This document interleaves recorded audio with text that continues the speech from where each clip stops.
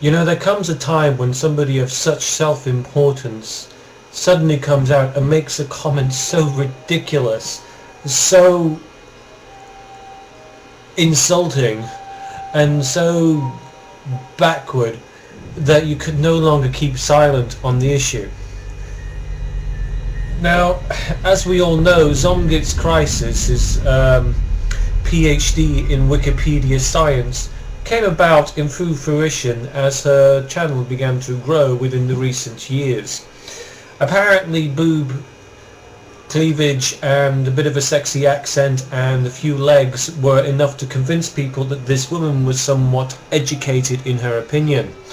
Now, as far as she started out to bring in great material to the atheist community, this material suddenly turned into something more of a rant against multiculturalism, something which she tends to fear.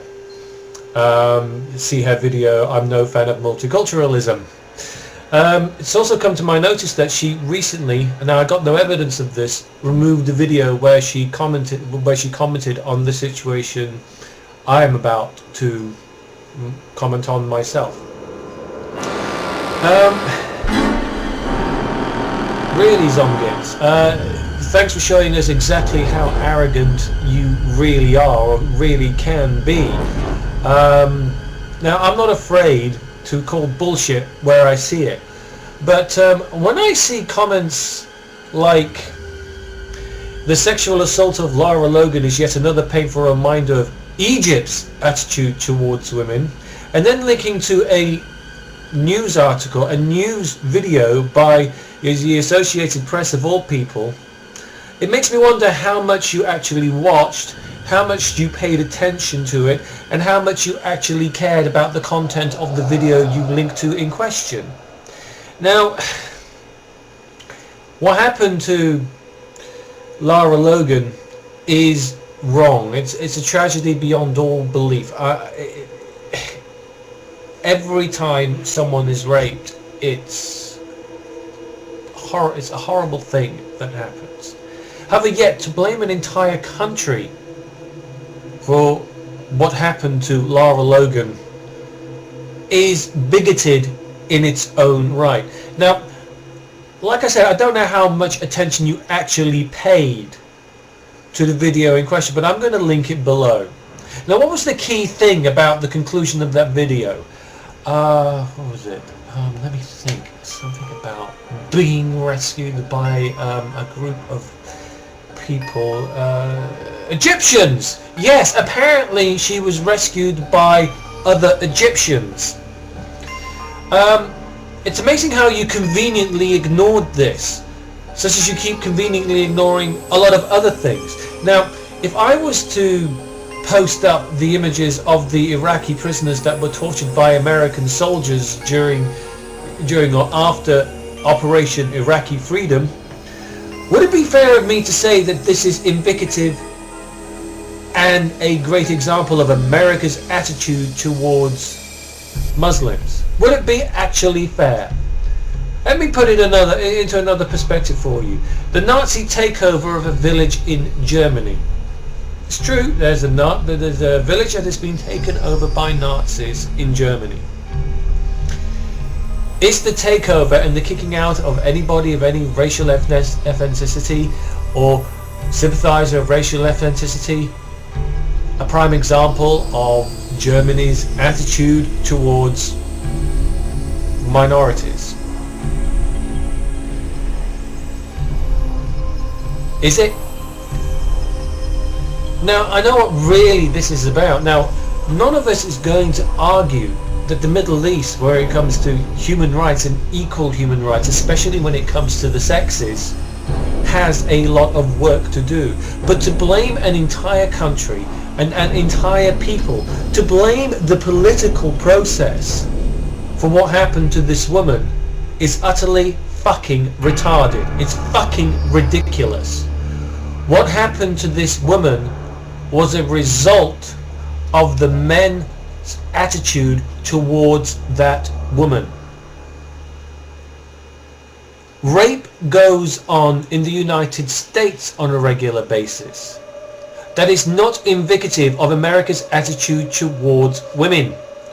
Neither is the South Dakota bill or Oklahoma's bill to try and stop abortion in the most draconian ways you could possibly think of.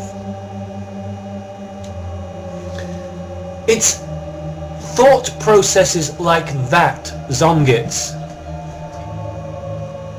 that your previous dominators, communism, used upon your minorities, used upon the gypsies. It's what the Nazis, and yes, I'm going to use the Nazi analogy here because I'm not afraid to back away from it, used on the Jews, the gypsies and the homosexuals.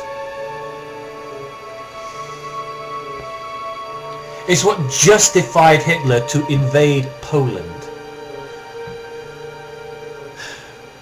It's what justified the Christian right in Yugoslavia to rape Muslim women in former Yugoslavia.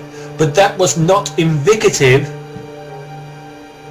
of the Christians or the Christian side in former Yugoslavia at the time. Now, you're going to have to forgive me.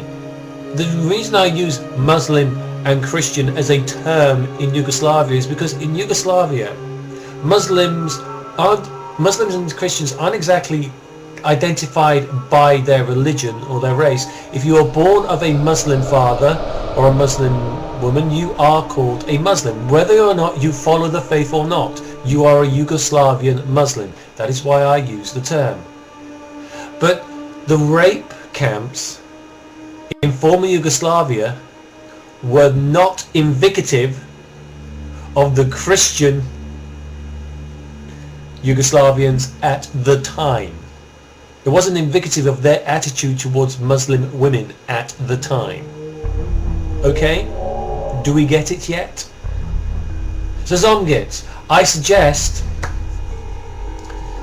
that you pack up that Wikipedia PhD you got and actually try and learn something, and actually try and say something with some real meat or intelligence in it, that it hasn't been spewed out by somebody else before, like Pat Condell or again Wikipedia. If you can come up with something original, like a decent response, I look forward to it. If you could come up with a plea for emotion to tell everybody what an asshole I am, it's been done before, but I still look forward to it. On the other hand, if you want to ignore this video, please be my guest. But bear in mind, there's another famous YouTuber once said, I'm a mosquito. And that famous YouTuber hasn't yet swatted me out of existence. What chance do you think you have? Until next time, ciao.